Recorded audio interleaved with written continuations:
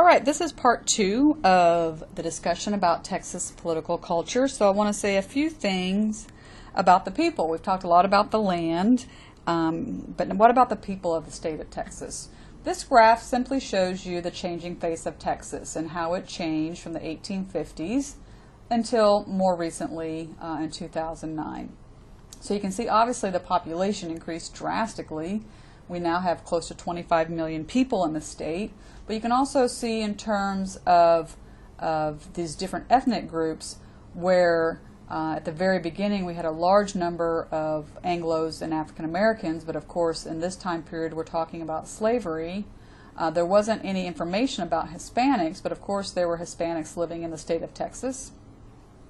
And then we start to see this information which wasn't available shoot up in the 1990s and in the 2000s because we have a very large Hispanic population. So I want to talk a little bit about these different groups. There are 3 major factors that account for population growth in the 1990s. Okay, you have different birth rates relative to death rates, which is common. We have a lot of immigration, especially from Mexico, and we have a lot of migration from other states. All right, so you can see here some of that information. People tend to pride themselves on whether or not you're a Texas-born Texan. Are you a native Texan?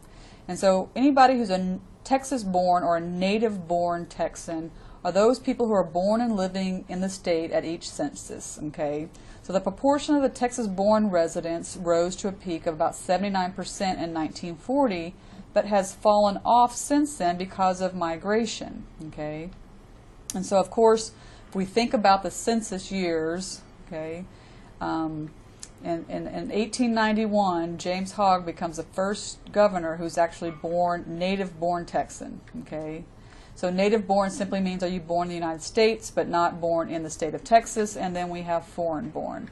So you can start to see that native-born Texans start to decrease over time, and we have more people moving to the state of Texas, this native-born. And we have a lot of people moving from outside the United States into the state of Texas. Okay. All right. The dominant group, ethnic group in the state of Texas has traditionally been Anglos or whites. They're the dominant group in Texas politics over the 19th and the 20th centuries. And European Anglos settled in Texas because of the availability of cheap land. This was the frontier. And so the waves of Anglos who came to Texas brought different values with them, as we saw with that individualistic and traditionalistic culture, and have transformed the political culture of the state. Okay, so again, they make up the about a little less than half of the state's population. The first wave came before the Texas Revolution and settled the state. This is where we hear a lot about the myths of Texas history. And again, that's somebody calling me on my office phone. But after the Texas Revolution, we have a lot more people come to the state of Texas for the free land, and that's when you have many Southerners from other states in the South bringing slavery with them. Most whites did not own slaves, but they did overwhelmingly support secession leading up to the Civil War. And slavery was late to come to the states, mainly because of the influence of under the country of Mexico, which was anti-slavery. Okay.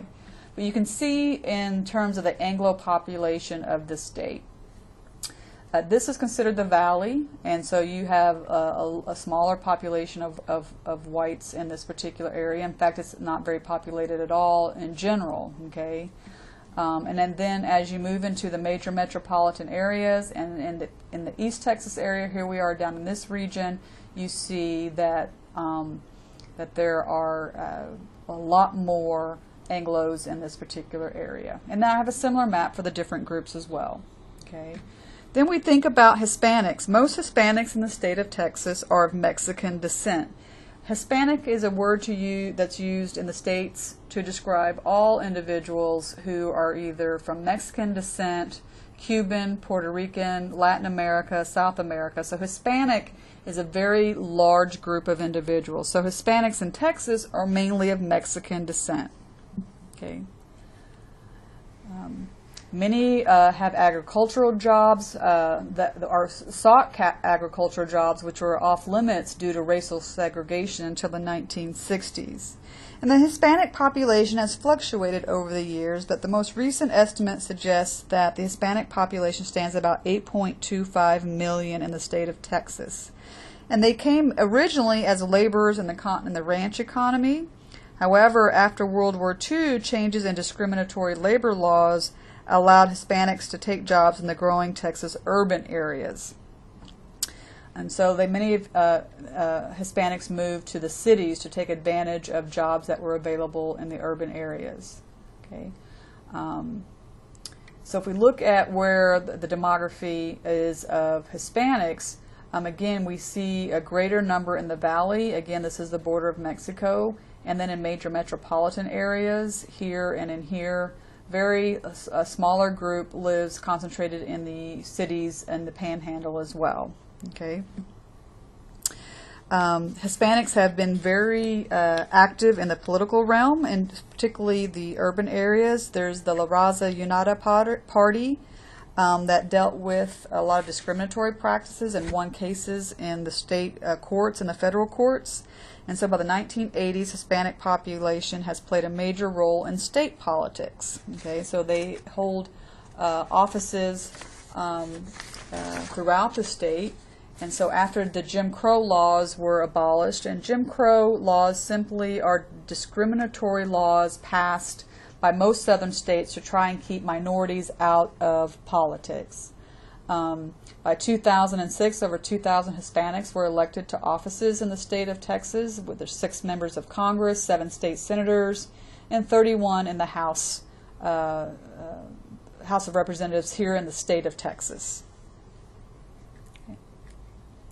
Then we have the African American population, and most African Americans in the state of Texas entered as slaves. But again, the Mexican anti-slavery attitude held the slave population down until after the Texas Revolution.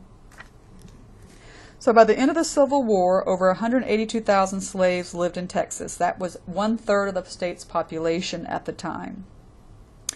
African Americans in Texas were emancipated in June 1865 by the Emancipation Proclamation. By the end of the Civil War, yet emancipation did not bring equality. Again, these Jim Crow laws or black codes were passed by local governments and the legislature to try to restrict the rights of former slaves. Okay. African Americans did have some opportunities during Reconstruction. The Reconstruction period in American history is right after the Civil War up into the 1870s. Okay. And at that time, over 100,000 African Americans were given the right to vote. However, after the Democratic Party comes back into power after Reconstruction, we have segregationist policies reenacted, which pretty much prevented African Americans from participating in politics at that time. Okay. So by 1903, Jim Crow laws, those very discriminatory laws, really cut registered voters of the African American population down to about 5,000. Okay. However, the Civil Rights Act of 1964 and the Voting Rights of 1965 helped open up the political system to African American. And today this population is concentrated mainly in East Texas. As you can see, African Americans have not moved very much into the valley or into the panhandle. So East Texas is where most African Americans in the state of Texas live, in the Dallas-Fort Worth area, the greater Houston area, and some other areas as well. Okay, so that gives you some indication of the African American population in the state of Texas. And since the 1990s, Texas has seen numerous black elected officials, especially again in the Houston and Dallas areas. Like many southern states, Texas remains under review by the Department of Justice to ensure that the Voting Rights Act is being upheld. Okay. And on the website that you're given to look at, you can see a chart of the black elected officials in the state of Texas. So I'd encourage you to click on that to see the diversity of elected officials and the difference in terms of the different races and elected officials in the state of Texas. Again, we are having a growth in the Asian community in the state of Texas. So if you go to Houston, there is a small Chinatown, so to speak, in Houston as well as Koreatown. And so there are a lot of markets and other businesses that cater to the Asian communities here in the state of Texas. Okay. And again, this is a different way to look at the population as we move from the 1980s to now to the projection in 2040. So you can see the white population is decreasing comparatively over time. The black population is maintaining about the same level. It's a Hispanic population that's growing, and by the 2040 time period, it's expected that Hispanics are going to be the majority in the state of Texas. So again, here's another way to look at these different subcultures in the state of Texas, where you can see graphically the growth of the Hispanic population in the state. Okay. And then this is the breakdown within the different counties. These are the largest Texas county. Harris County, this is where the city of Houston is. It's the largest county. It's the largest area in the state of Texas in terms of population.